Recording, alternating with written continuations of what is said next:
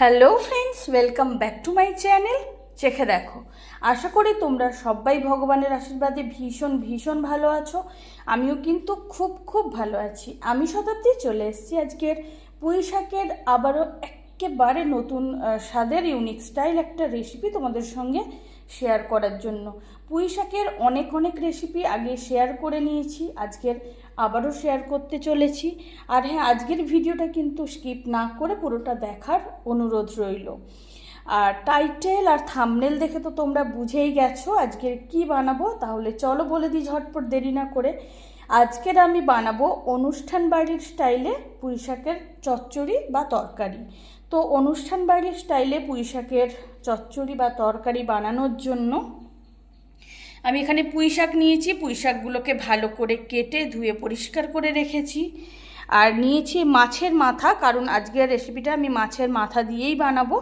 তো নিয়েছি আলুগুলোকে লম্বা করে কেটে নিয়েছি পাকা মিষ্টি কুমড়ো, নিয়েছি বেগুনগুলোকেও লম্বা করে কেটে নিয়েছি।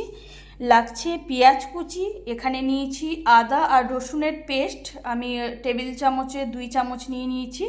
টমেটো কুচি নিয়েছি শুকনো লঙ্কা, 5 ফোড়ন, তেজপাতা, এগুলো অবশ্যই ফোড়নের জন্য। লাগছে লবণ আর নিয়েছি হলুদের গুঁড়ো। তো মাছের মাথাতে কিন্তু আমি ভালো করে ধুয়ে লবণ মাখিয়ে রেখেছি।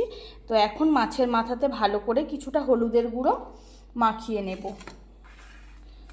আর এই আজকের যে রেসিপিটা আমি তোমাদের সঙ্গে শেয়ার করতে চলেছি, এটা খেতে জাস্ট অনবদ্য হয় বন্ধুরা। এটা একটা অনুষ্ঠান বাড়িতে তো খাওয়া, তো আমি সেটার নাম বলবো না কোন অনুষ্ঠান বাড়িতে গিয়ে খেয়েছি। অ্যাকচুয়ালি অনুষ্ঠান বাড়ির দুপুরের দিকে যে ঘরোয়া একটা খাওয়া দাওয়া থাকে বাড়ির লোকজনের জন্য, আত্মীয় বন্ধুবান্ধবদের জন্য, তো সেখানে কিন্তু এই রেসিপিটা বানানো হয়েছিল। তো সেটা এতটাই টেস্টি ছিল, তো জিজ্ঞাসা করলাম আমি রান্নার ঠাকুরকে যে কিভাবে বানিয়েছে এতটা টেস্ট।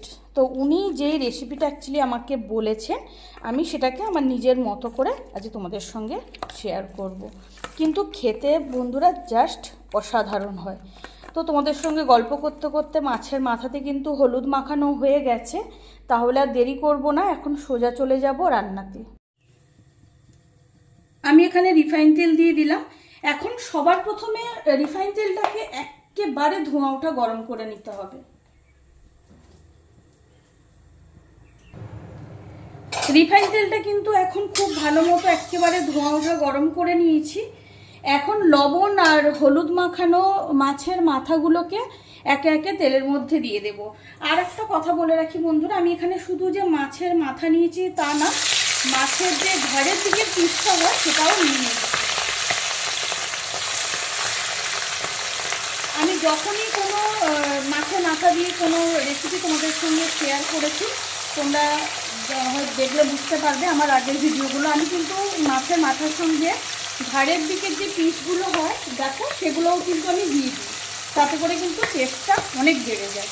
তো এখন মাছের মাথা আর ঘাড়ের দিকের পিসগুলোকে ভালো করে ভেজে নেব। মাথাগুলোর একটা দিক ভাজা হয়ে গেলে, একদম লাল করে ভাজা হয়ে গেলে মাছের মাথাগুলোকে আমি উল্টো করে দেবো। তো মাছের মাথার একটা দিক কিন্তু ভালো মতো ভাজা হয়ে গেছে, মাছের মাথাগুলোকে আমি একটু উল্টো করে দিচ্ছি। উল্টো দিকটাকেও একইভাবে খুব ভালো করে ভেজে নেব, একদম লাল করে। মাছের মাথাগুলোকে কিন্তু খুব ভালো করে ভেজে নিয়েছি লাল করে, আর অফ ক্যামেরাতেও ভালো করে ভেজে নিয়েছি, আরও 2-1 বার উল্টে পাল্টে।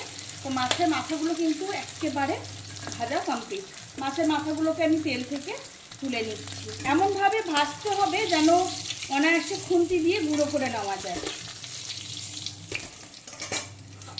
এখন মাছের বাকি পিসগুলোকেও আমি তেলের মধ্যে দিয়ে দিই।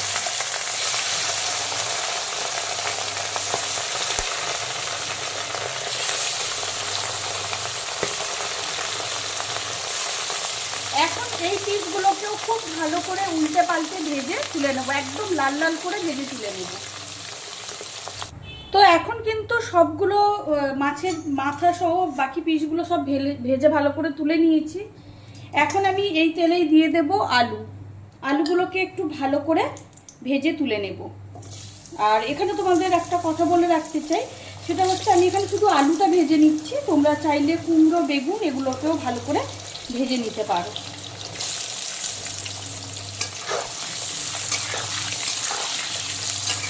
আলুগুলোকে একটু ভালো করে ভেজে নেব, দু বোতলে একদম খুব ভালো করে ভেজে নিতে হবে। তো এখন আলুগুলোকেও খুব ভালো করে ভেজে নিয়েছি, একদম ডিপ ফ্রাই করে নিয়েছি, এর থেকে কড়া কিন্তু ভাজবো না। তো এখন আলুগুলোকে তেল থেকে তুলে নিচ্ছি।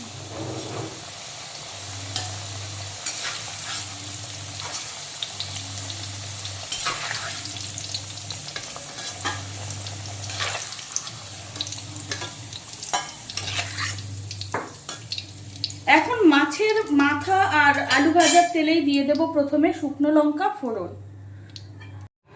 দিয়ে দিচ্ছি শুকনো লঙ্কা। প্রথমে শুকনো লঙ্কাগুলোকে একটু হালকা করে কালো করে ভেজে নেব।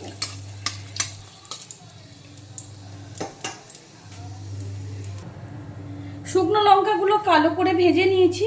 এখন দিয়ে দিচ্ছি পাঁচ ফোড়ন আর দিয়ে দিচ্ছি তেজপাতা। এখন পাঁচ ফোড়নটাকে হালকা ভেজে নিয়ে আমি এর মধ্যে দিয়ে দেব প্রথমে পেঁয়াজ কুচি।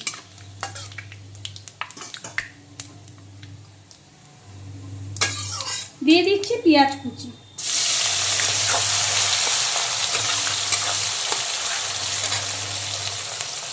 এখন পেঁয়াজ কুচিগুলোকে বেশ কিছুক্ষণ হালকা বাদামি কালার করে ভেজে নেব।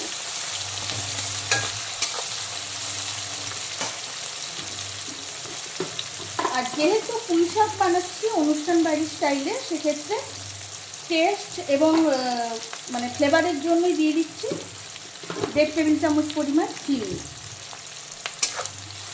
আর যেহেতু শাকের রেসিপি বানাচ্ছি, সেক্ষেত্রে একটু মিষ্টি হলে কিন্তু বেশ ভালো লাগে।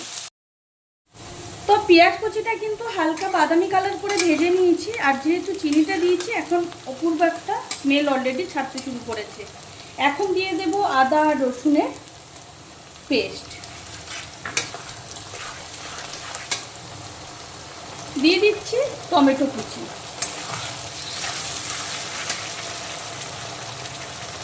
দিয়ে দিচ্ছি স্বাদ মতো লবণ। আর দিয়ে দিচ্ছি পরিমাণ মতো হলুদের গুঁড়ো।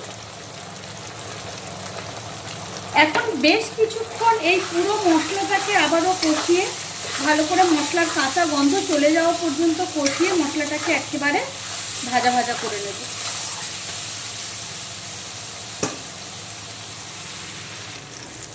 তো সমস্ত মশলা দেওয়ার পরে, মানে আদা রসুনের পেস্ট, হলুদ, লবণ সব কিছু দেওয়ার পরে টমেটো কুচি আবারও কষিয়ে নিয়েছি। আর খুব সুন্দরভাবে কষানো হয়ে গেছে, তোমরা যেটা দেখতেই পাচ্ছ বন্ধুরা।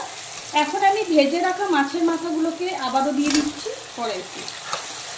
এখন আবারও এই মাছের মাথাগুলোকে ভালো করে খুন্তির সাহায্যে ভেঙে দেব। এইভাবে আস্তে আস্তে করে ভেঙে দেব।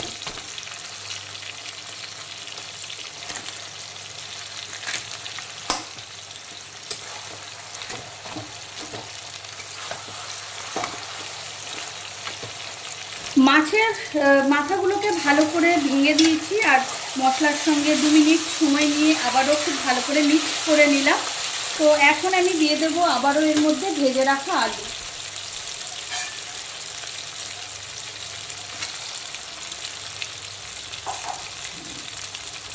দিয়ে দিচ্ছি কুমড়ো।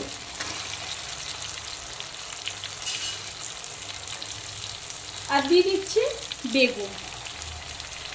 এখন আবারও 3-4 মিনিট সময় নিয়ে মিডিয়াম টু হাই ফ্লেমে অল্টারনেট করে করে বেশ কিছুক্ষণ সমস্ত সবজিকে আবারও ভালো করে মশলার সঙ্গে মাছের মাথার সঙ্গে কষিয়ে নেব।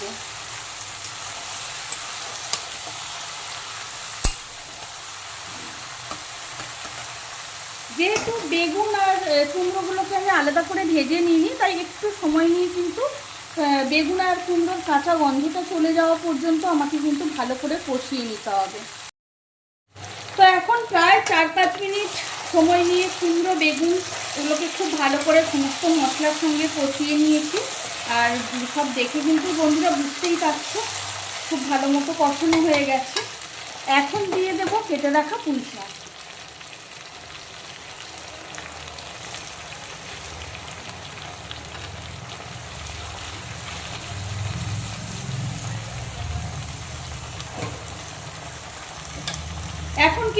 আঁচটা সম্পূর্ণ আমি লো ফ্লেমে করে দিলাম। এখন আস্তে আস্তে পুঁই শাকের সঙ্গেও সমস্ত সবজিগুলোকে মিক্সড করে নেব।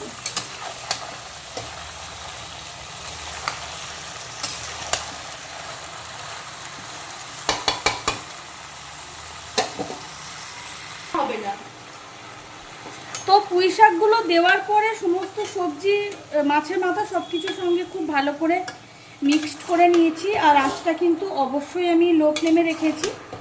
এখন ঢাকা চাপা দিয়ে দিয়ে পুরো রান্নাটা আমাকে কমপ্লিট করতে হবে লো টু মিডিয়াম আছে অল্টারনেট করে করে।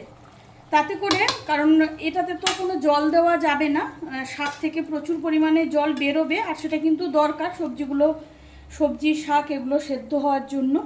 তো কড়াইটাকে আমি এখন ঢাকা চাপা দিয়ে দিচ্ছি। আর আঁচটা কিন্তু অবশ্যই লো টু মিডিয়াম আছে অল্টারনেট করে করে রাখবো। তো এখন প্রায় 3-4 মিনিট হয়ে গেছে, আমি লো আঁচে ঢাকা চাপা দিয়ে রেখেছিলাম কড়াইটাকে। তো এখন ঢাকনাটা খুলে একটু নাড়াচাড়া করে দেব। আর দেখতেই পাচ্ছ বন্ধুরা, অলরেডি কিন্তু অনেকটা জল বেরিয়ে গেছে।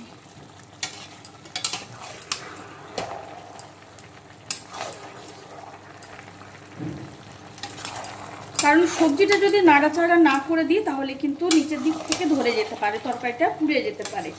সে কারণে একটু নাড়াচাড়া করে দিতে হবে।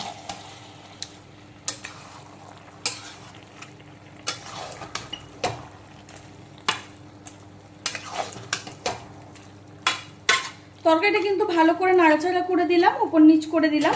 এখন কড়াইটাকে আবারও ঢাকা চাপা দিয়ে দেবো 3-4 মিনিটের জন্য। আর আঁচটা যেহেতু অনেকটা পরিমাণ জল বেরিয়ে গেছে, আমি সে কারণে আঁচটা মিডিয়াম ফ্লেমে করে দিলাম।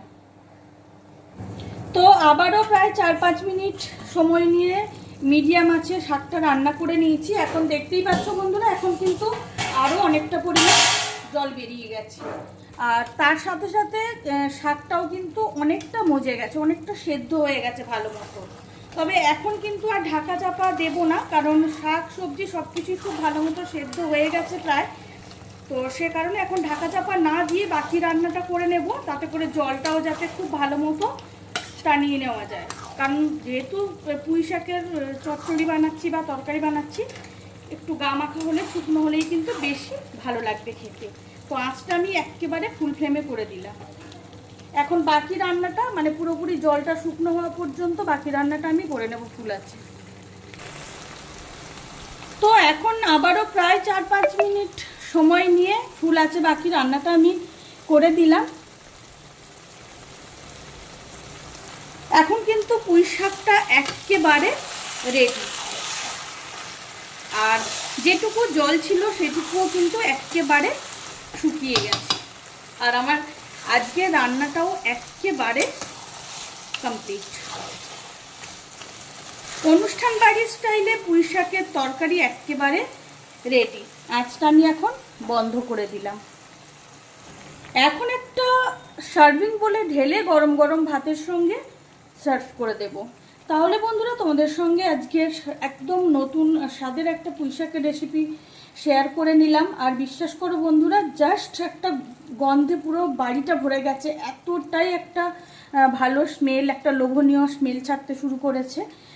আর আজকে তোমাদের সঙ্গে একদম নতুন স্বাদের, একদম অনুষ্ঠান বাড়ির স্টাইলে এটা অ্যাকচুয়ালি একটা বিয়ে বাড়ির দুপুরবেলায় খাওয়া এই রেসিপিটা আমি, মানে পুঁই শাকের এই রেসিপিটা খেয়েছিলাম। তো আমার ভীষণ ভালো লেগেছিল, যে কারণে তোমাদের সঙ্গে শেয়ার করে নেওয়া। তোমরাও পুঁই শাকের তো অনেক রেসিপি নিশ্চয়ই বাড়িতে ট্রাই করেছো বা করো। এই রেসিপিটা অবশ্যই একবার ট্রাই করো। আর হ্যাঁ, খেতে কেমন লাগলো বা আমার আজকের রেসিপিটা কেমন লাগলো সেটা কিন্তু কমেন্ট করে জানাতে একেবারেই ভুলো না। আমার আজকের রেসিপি যদি ভালো লেগে থাকে তাহলে অবশ্যই লাইক কমেন্ট শেয়ার করো।